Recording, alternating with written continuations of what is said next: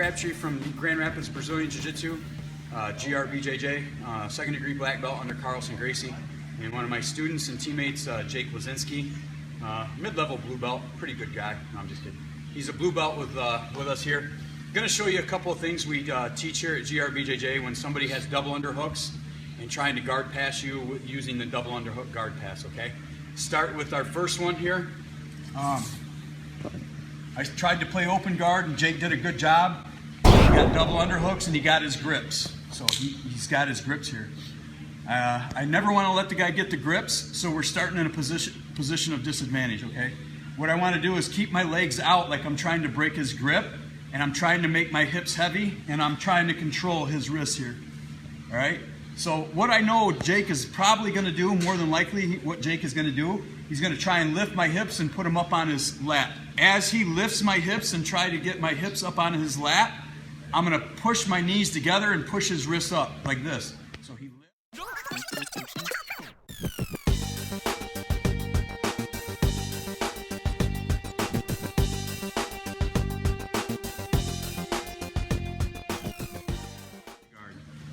okay?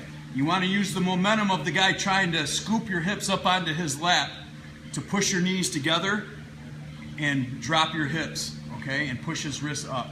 So right now, I messed up. Jake has double underhooks. He has his grips.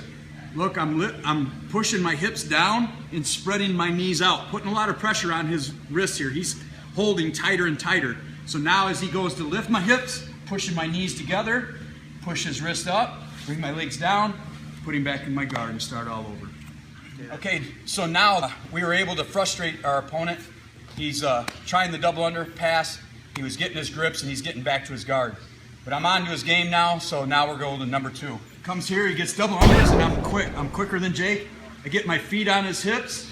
I have a hold of his wrists here, controlling his grips, and my knees are out wide, putting a lot of pressure on his biceps here and on his elbows. So he can't get his grips, and I'm scooting away. Now Jake is stuck. He doesn't know what to do. He can't get his grips. He's not trying to turn me and roll me. He's just waiting to see what I do. So what I want to do is start pushing Jake away from me till I could get a little bit of space between my hips and Jake's hip. Now I pick one leg or the other. I come over the top and I go inside of his leg with my foot and over his shoulder with my thigh.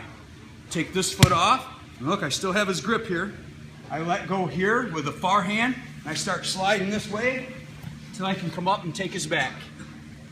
Make sure I scoop back, get inside grips, hips down, chest up, and then we start working for our choke. Feet on the hips, control the grips, making my hips heavy and driving away from him. All right, this is really good when the guy's stuck. He's not sure what to do. He can't get his grips. He's not trying to pass. He's just waiting to see what you do.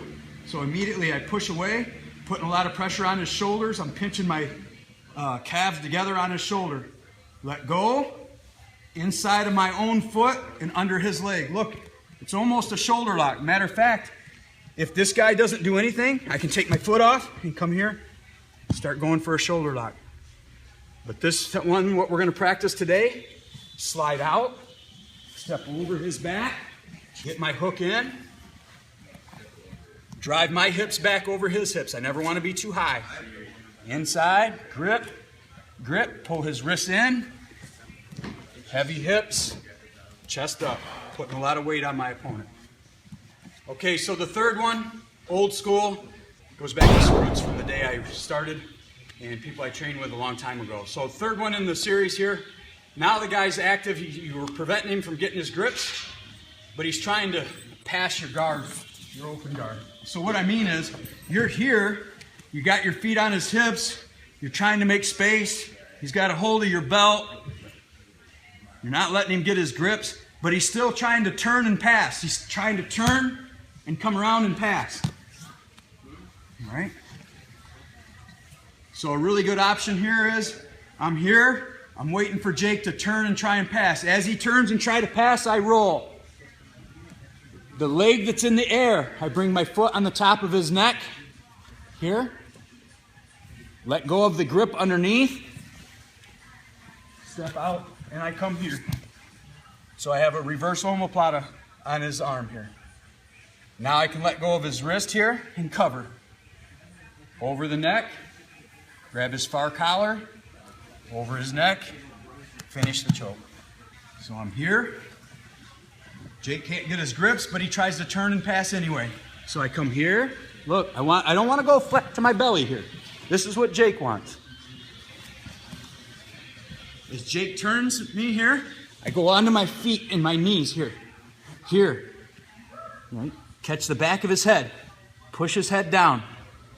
I never want to let go of this grip. This is the one I want to reverse omoplata. So I look, come here, shove his arm underneath, take my leg out, step over his back and get around here so I reverse omoplata his arm. Cover.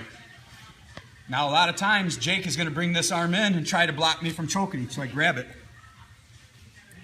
I come in here, grab his gi, over his head, push his head this way, pull his collar this way. A little more advanced here. If I come here and Jake's doing a good job, I can't choke him. I'm going to come over his head here and hang on to his elbow. Now I'm going to roll over my right shoulder. When you guys practice this at home, make sure your partner knows you're going to do this and he's going to look away from you and roll over the same shoulder that you're rolling over. So what I'm going to do is I'm going to roll. I cover Jake here. So he can't keep setting up. Now I just keep scooting back, bringing his arm with me till he taps.